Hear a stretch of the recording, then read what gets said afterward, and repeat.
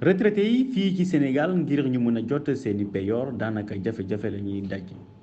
moo waral ci conseil des ministres bi ñu génne bu àllarba bile njiitu réew mi Macky Sall daal di soññ ministre du travail di Samba Sy ngir mu mën a taxaw seeni conditions de paiement ngir mu mën a gën a ñoŋ IPRES moomule kat daanaka fi mu toll ni tembe jafe-jafe rek la ndaxte fi mu toll ni poste la ñuy fayeku wala sa piscine olympique yokk ci nag système de pointage mi nga xamante ne faw borom pension bi daal di taxaw ngir ñi identifier ko loolu nag nekk beneen jafe-jafe ci troisième âge yi waxtu yi lay kat benn bërëb lañu war a mën a dem ngir ñu mën a fayeku seeni passion mooy siège bu IPRES.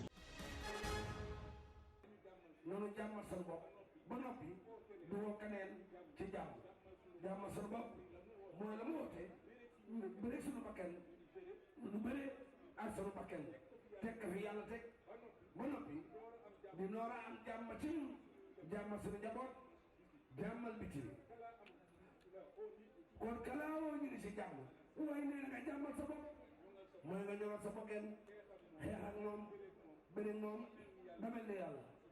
di ci door a wax keneen réew mi nag jàmm rek lan fi oote waaye ku fi oote jàmmala sa bopp di ko door a woote melal ni nga war a mel di ko door a woote ala kulli xale kuy woote fin na waaye saga mi ne yàlla jàmmal la nee na loolu du jàmm de. bëri na ay réew yoo xamante ni ñoo ñu ëpp meññeef bëri na ay réew yoo xamante ni ñoo ñu ëpp wërsëg waaye mënuñu koo jariñoo ndax jàmm amu fa moo tax damay rafetlu thème bi nga xamante ni tànn ngeen ko muy paix et développement selon les enseignements de Seydina Limamou waaye nag loolu buñ ci taxawee tuuti dinañ gis ni Seydina Limamou moom loolu noppi na ci ndaxte ki la jàngal ni bu la nit dabee sa kurus dagg sa kurus foral say per nga dem kooku moo jàngal non violence laata ñuy xam Gandhi laata ñuy xam Martin Luther King loolu waral na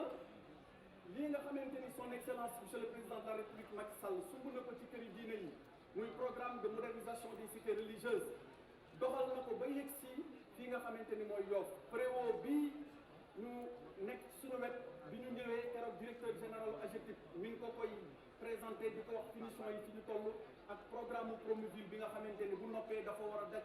lépp li nga xamante ni mooy gox bi ci loolu la nekk ci loolu lay wëy moo tax fële tamit ci Cambérène gis ngeen liggéey bu rafet bu sell bu mag bi mu fa def nekk ci wetu bërëbu Seydina Issa. C'est au chef de l'État de discuter avec. njiitu réew mi Macky Sall moom rek am sañ-sañ ak fi coow li toll xëccoo bi ñu nemmeeku ci langue politique bi waxtaan ak ñëpp ndax moo ko war njëkk ko ci moom mu xoolaat doxalinam ak ñi ko wër gunge ko ci lu muy def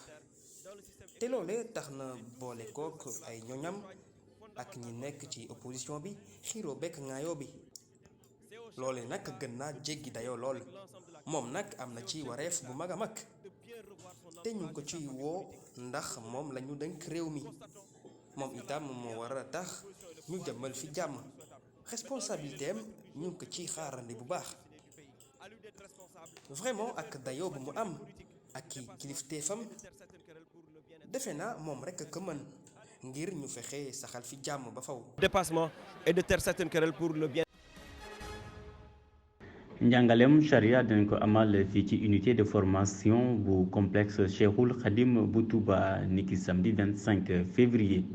UFR boobu leen ñu koy dippee étude islamique ak arabe di jàngale lépp lu ñeel wàllum islam ak kàllaama arabe première promotion bi daanaka amaloon nañu seen rentrée niki démb alarba bi ci teewaay recteur université boobule di Serigne Ahmadou Badawi Mbacké ak ay personnalité yu bëri complexe boobule fii ci Sénégal nekk lu jiitu fii ci enseignement supérieur ci Afrique sowu jant te ñi daal di ko inauguré lundi 6 février bi ñu génn complexe Cheikhoul Khadim ñi daal di koy sanc ci espace bu 30 hectares ci xaalis mu ngi coûté ci lu toll 37,7 milliards ci suñu xaalis complexe Cheikhoul Khadim daanaka ñaari UFR kese lañu fay jàngale yi ci mel ni science agronomique ak science alimentaire ndorteel koor chrétien yi fii ci Dakar daanaka cantine yi bëri na lool fi ñuy faral di jaay ay vaisselle maanaam ay ndab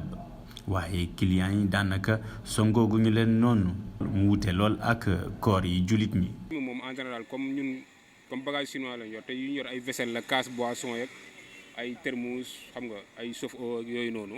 koor gi moom en général si lay gën a dox quoi parce que koor gi si lay gars yi di génn jënd ay xam nga casse boisson